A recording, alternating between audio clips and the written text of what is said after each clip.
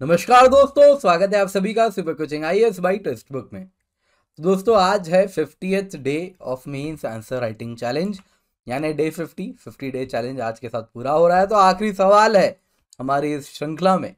तो बड़ा इंटरेस्टिंग सवाल लेकर के आया हूँ, कोई ऐसा सवाल है जिसमें आप काफ़ी कुछ सीखें, तो इस उम्मीद से ये सवाल बनाया गया है। तो सवाल है, what do you understand by capitalism, also discuss it's variants.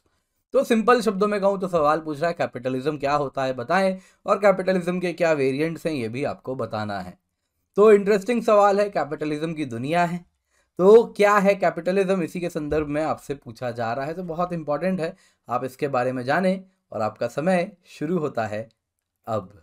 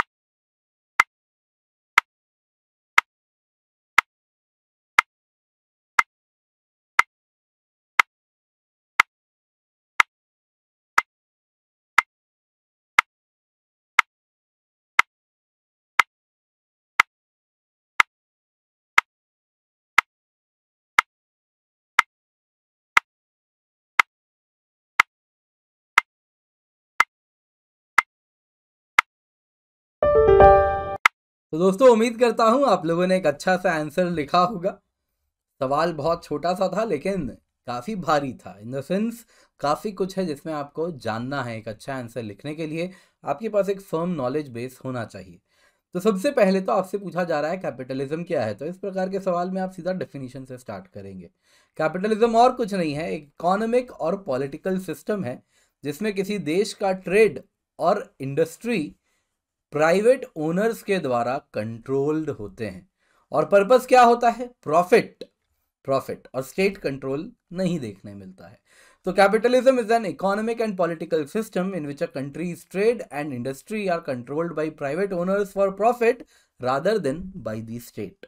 तो कैपिटलिज्म के कुछ वैल्यूज हैं, ये आपको जानना जरूरी है। तो वैल्यूज ऑफ कैपिटलिज्म होता है सबसे पहले people need freedom and competition. Capitalism तभी थ्राइव करेगा जब कंपटीशन होगा, लोगों के पास फ्रीडम होगा, वो क्या प्रोड्यूस कर रहे हैं, कैसे प्रोड्यूस कर रहे हैं, कैसे कॉस्ट ऑफ प्रोडक्शन कम करें, सो दैट इस तरीके से जो कॉस्ट ऑफ प्रोडक्शन कम होगी तो प्रॉफिटेबिलिटी बढ़ेगी। तो ये सब वैल्यूज होते हैं। नंबर 2 अचीवमेंट ओरिएंटेशन होता है, आउटकम लेकर के आना है, अचीवमेंट करना है, कॉस्ट ऑफ प्रोडक्शन कम से कम लाना है सो दैट प्रॉफिट सबसे ज्यादा हो सके। नंबर 3 इंडिविजुअलिज्म एंड मटीरियलिज्म होता है ना, गुड्स को मैक्सिमम प्रोड्यूस करना है, सर्विसेज को मैक्सिमम प्रोड्यूस करना है फॉर इंडिविजुअलिस्ट नीड्स, मेरे प्रॉफिट के लिए, मेरे गेन के लिए, मेरी कंपनी के ग्रोथ के लिए। और नंबर 4 मेरिटोक्रेसी, मुझे वो एम्प्लॉय चाहिए जो मुझे मैक्सिमम प्रॉफिट लाके देगा, फिर वो किसी भी रंग का हो, किसी भी जाति का हो, किसी भी धर्म का हो, मुझे कोई फर्क नहीं पड़ता, मुझे चाहिए प्रॉफिट, मुझे चाहिए अचीवमेंट। अब तुम कैसे भी लाओ, तो मेरिट बेस्ड सोसाइटी बनती है। तो ये सब कुछ 4 इंपॉर्टेंट वैल्यूज हैं कैपिटलिज्म के जो आपको जानने हैं।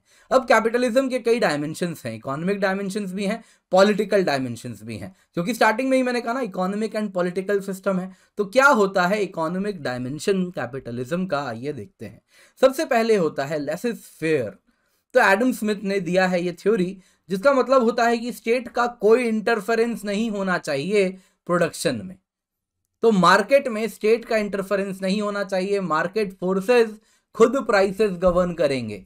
वो क्या होगा अगर आप देखें तो वो सिंपल है कि क्या प्रॉफिटेबिलिटी हो रही है, किस प्रकार से, वही प्राइसेस गवर्न करेंगे। क्या इनपुट कॉस्ट है, क्या आउटपुट कॉस्ट है, और क्या प्रॉफिटेबिलिटी रखनी है, इन सब से अगर आप देखें तो प्राइसेस गवर्न होंगे। तो स्टेट का इंटरफेरेंस नहीं होगा, सोवियत मॉडल की तरह की कुछ भी हो जाए, ब्रेड 5 रूबल से कम की ही मिलनी है, ऐसा कुछ नहीं है, स्टेट इंटरफेरेंस नहीं है। तो मार्केट फोर्सेस है, मार्केट खुद गवर्न कर लेगा, जो उस ब्रेड का सही कीमत है वो मार्केट तय करके हमें बता देगा और उसी में मैं बेचने के लिए कहीं ना कहीं बंध जाऊंगा। तो सबसे पहला है economic dimension less is fair, यानी नो स्टेट इंटरफेरेंस। नंबर 2 होता है कैपिटलिज्म का इकोनॉमिक डायमेंशन, क्यों काम कर रहे हैं, प्रॉफिट के लिए। तो प्रॉफिट मोटिव है सबसे इंपॉर्टेंट, काम क्यों कर रहे हैं, क्यों प्रोड्यूस कर रहे हैं, ब्रेड क्यों बना रहा हूं, अगर मैं ब्रेड बनाता हूं, मेरी बेकरी है, तो मैं क्यों बना रहा हूं, लोगों को खिलाने का मुझे शौक है, नहीं ऐसा नहीं है, कोई मेरा ऐसा एंगल नहीं कि लोगों तक, लोगों के घर में खाना पहुंचे, नहीं, बड़ा सिंपल पर्पस है, मुझे पैसे कमाने हैं, मुझे प्रॉफिट बनाना है। नंबर 3 इकोनॉमिक डायमेंशन कैपिटलिज्म में है मीन्स ऑफ प्रोडक्शन, कौन ओन कर रहा है, क्या स्टेट ओन कर रहा है, नहीं, सरकार के पास है, नहीं, प्राइवेटली ओन्ड है, ब्रेड बनाने की बेकरी मेरी खुद की है, नुकसान मेरा, फायदा मेरा, नफा नुकसान सब मेरा, उसमें मैं लोगों से बनवा रहा हूं या मैंने बड़े बड़े इंडस्ट्रियल डो मेकिंग के लिए इक्विपमेंट्स रखे हैं, सब मैं डिसाइड करूंगा क्योंकि ये प्राइवेटली ओन्ड है।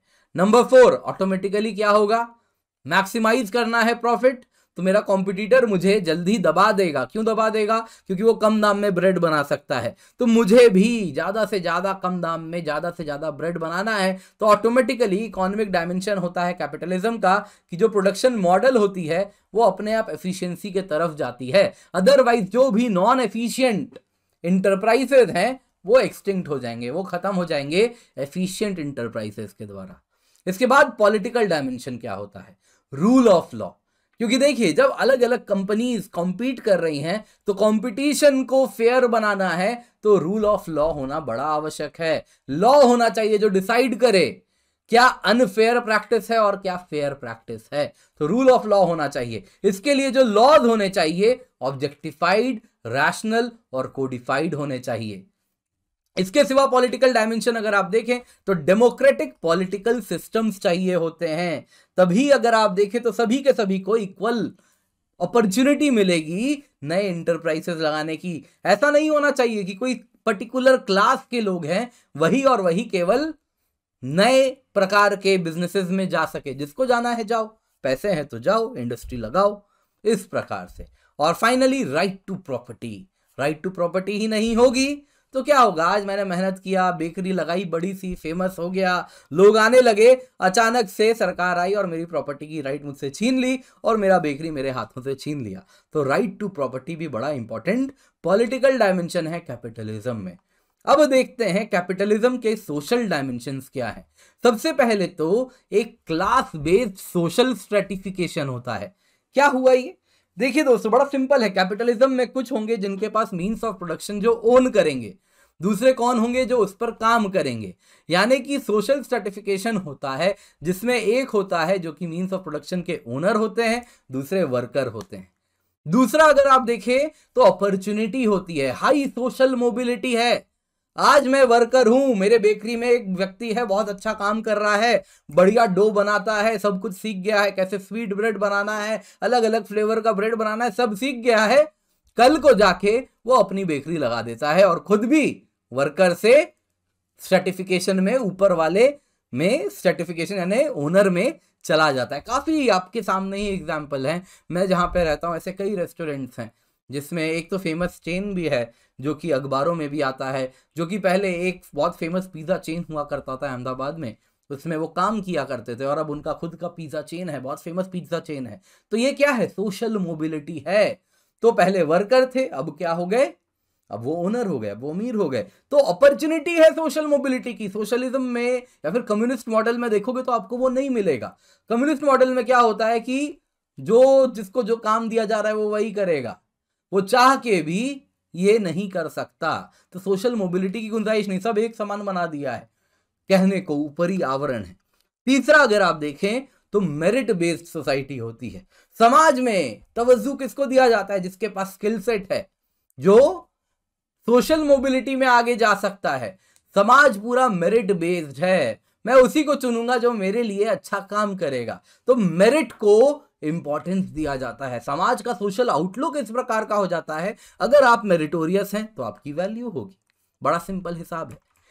आइए तो अब आते हैं दूसरे पार्ट ऑफ क्वेश्चन पे। वो क्या है? कैपिटलिज्म के क्या वेरिएंट्स हैं। तो देखिए, सबसे पहले आया था दोस्तों मर्केंटाइल कैपिटलिज्म। ये जो आपको यहां पे देखने मिल रहा है ना, ये जो आपको यहां पे देखने मिल रहा है दोस्तों, दिस इज टाइम। ये टाइम के साथ अलग अलग वेरिएंट्स ऑफ कैपिटलिज्म आते गए हैं। सबसे पहले आया है capitalism mercantile capitalism. Mercantile capitalism में फोकस था ट्रेड पे। कुछ भी करो, एक्सपोर्ट ज्यादा करो, इंपोर्ट कम करवाओ, बैलेंस ऑफ ट्रेड अपने फेवर में लाओ, इसको कहते हैं मर्केंटाइल कैपिटलिज्म। पर्पस क्या है? बैलेंस ऑफ ट्रेड अपने फेवर में होगा तो गोल्ड रिजर्व अपना बढ़ेगा। This was mercantile capitalism. इसी के साथ ईस्ट इंडिया कंपनी, है ना, और जितने भी आपको मालूम है फ्रांस के, डच के, इसी प्रकार के कंपनीज बनाए गए थे सो दैट वो मर्केंटाइल कैपिटलिज्म के वेव में आगे बढ़ सके। होने क्या लगा? इंडिया चाइना से उनका बैलेंस ऑफ ट्रेड पॉजिटिव होने के बजाय नेगेटिव होने लग गया। गोल्ड रिजर्व चाइना के साथ बढ़ने के बजाय घटने लग गया। तो फिर वो मजबूर हो गए और कहीं ना कहीं वो कॉलोनियल प्रैक्टिसेस के तरफ मूव करने लगे, सो दैट दमन करें, तभी जाके गोल्ड रिजर्व उनका बढ़ सकता है। मर्केंटाइल कैपिटलिज्म के बाद नेक्स्ट वेव में देखने मिला हमें इंडस्ट्रियल कैपिटलिज्म। यह हुआ इंडस्ट्रियल रिवॉल्यूशन आने के बाद। इंडस्ट्रियल रिवॉल्यूशन के पहले सिंपल मर्केंटाइल कैपिटलिज्म थी। चाइना में सिल्क बनता था, वो सिल्क लेके जाते थे यूरोपियन मार्केट्स में जाके बेचा करते थे और बदले में चाइना बोलते थे हमसे कुछ ले लो, चाइना बोलता था हमें कुछ नहीं चाहिए, बस गोल्ड दो। गोल्ड रिजर्व घटने लग गया इस तरीके से। तो वो क्या था? Mercantile capitalism. उसके बाद इंडस्ट्रियल रिवॉल्यूशन के बाद आई इंडस्ट्रियल कैपिटलिज्म। इसमें अगर आप देखें तो अलग अलग रूप में ये डेवलप हुआ है। एक है फ्री मार्केट कैपिटलिज्म। तो इंडस्ट्रियल कैपिटलिज्म का ही एक फ्री मार्केट कैपिटलिज्म था, जिसमें लेसेस फेयर पॉलिसी को अपनाया गया, जिसमें सरकार का हस्तक्षेप मार्केट में नहीं होता था। ग्रेट डिप्रेशन आया यूएस में, स्टार्टिंग में इसी को फॉलो किया गया। स्टार्टिंग में आप अगर देखें तो इसी का फोकस था, जब तक निपटना था ग्रेट डिप्रेशन से, तो लेसेस फेयर पॉलिसी थी जिसमें यूएस गवर्नमेंट ज्यादा इंटरफेयर नहीं कर रही थी। बाद में बदली वो। इंडस्ट्रियल कैपिटलिज्म का एक होता है स्टेट कैपिटलिज्म, जिसमें क्या होता है, बिजनेस पे स्ट्रॉन्ग पॉलिटिकल कंट्रोल होता है। अक्सर चाइना को कहा जाता है स्टेट कैपिटलिज्म फॉलो करता है।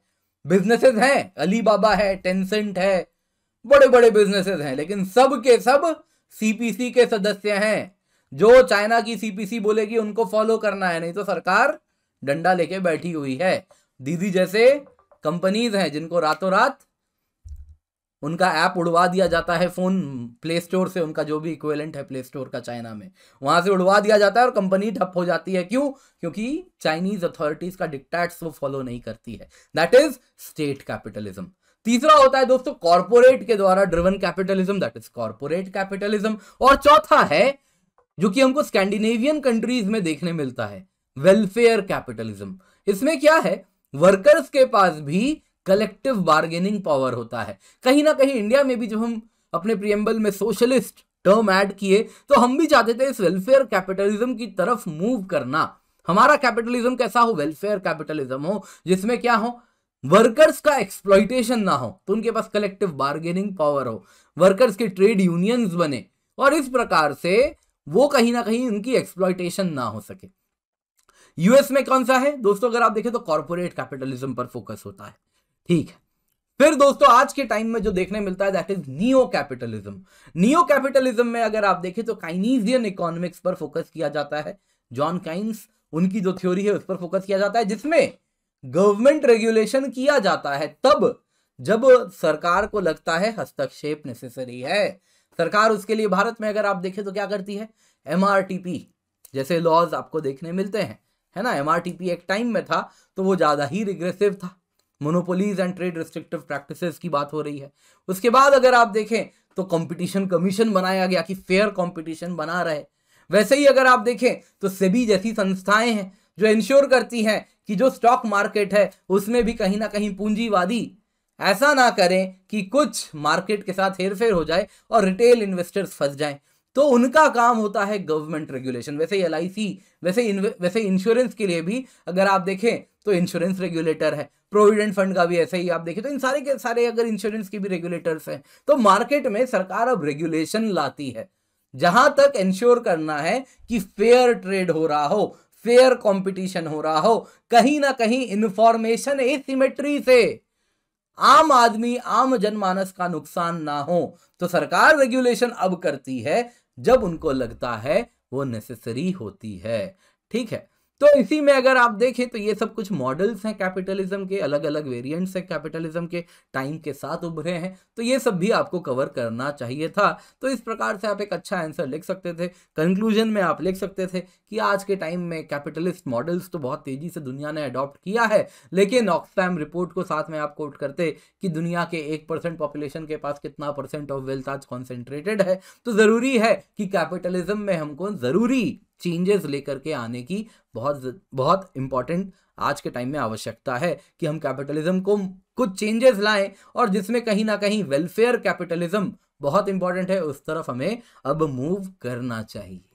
तो दोस्तों इसके साथ हम खत्म करते हैं अपने 50 सवालों का जो सफर हमने स्टार्ट किया। उम्मीद करता हूं आप लोगों ने बहुत कुछ सीखा होगा 50 डे चैलेंज में एंड आप लोगों की आंसर राइटिंग स्किल्स काफ़ी इम्प्रूव हुई होगी। तो इसके साथ आप लोगों से इजाज़त लेता हूँ एंड उम्मीद करता हूँ आपको ये क्लास भी पसंद आई होगी एंड इसको लाइक करना बिल्कुल भी ना भूलें। तो दोस्तों उम्मीद करता हूँ आपको आज की क्लास बिल्कुल पसंद आई होगी and at the same time आप मुझसे मेरे टेलीग्राम चैनल पर भी जुड़ सकते हैं। आप चाहें तो इस कोड को स्कैन कर लें और टेलीग्राम चैनल से ज़रूर जुड़ जाएं।